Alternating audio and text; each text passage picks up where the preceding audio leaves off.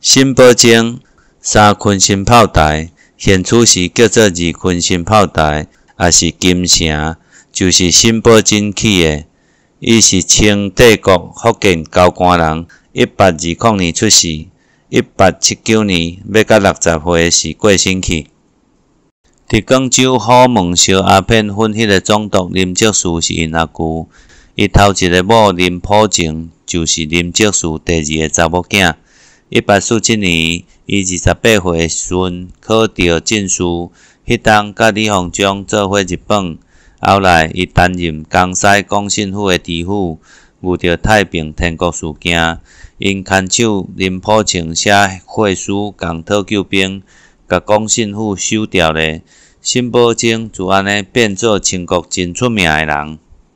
1874年，日本因为琉球难民防台时的代志，出兵到台湾南部龙桥这搭，清国政府感觉代志真严重，特别差派辛宝钟来做钦差办理台湾顶处海防监理各国事务大臣，就是咱平常时所讲的钦差大臣。来处理台湾的防务，伊具体是福州总理尊政大臣。辛宝钟是一个政治家，嘛真会拍算。伊迄当阵制定保台政策，甲咱看起来是有应效的。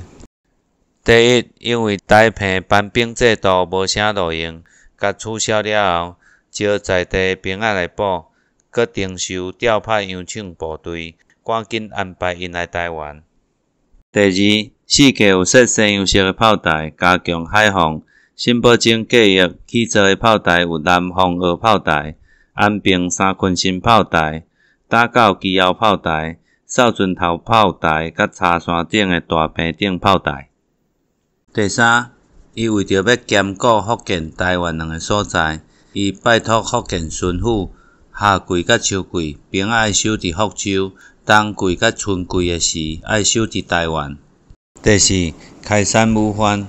牡丹社事件虽然是台湾原住民台人，毋过清国政府又愿爱担责任，就安尼特别勘查南北三条入山的路。第五，解除来台湾的禁令，自西隆来台湾200冬的禁令，到即个时阵解禁。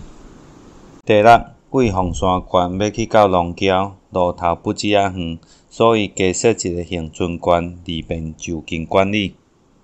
第七，伫台南苏澳新起2座海神庙，将台南开山王庙改做延平郡王祠。为外口城门口看过去，伫操练场的对面有一个辛宝钟的铜像，是府城艺术家区火尚先生做的。平常时咱看到的铜像是古铜色的，其实1975年铜像拄做好的时，本来是绿色的，后来才渐渐氧化变成古铜色的。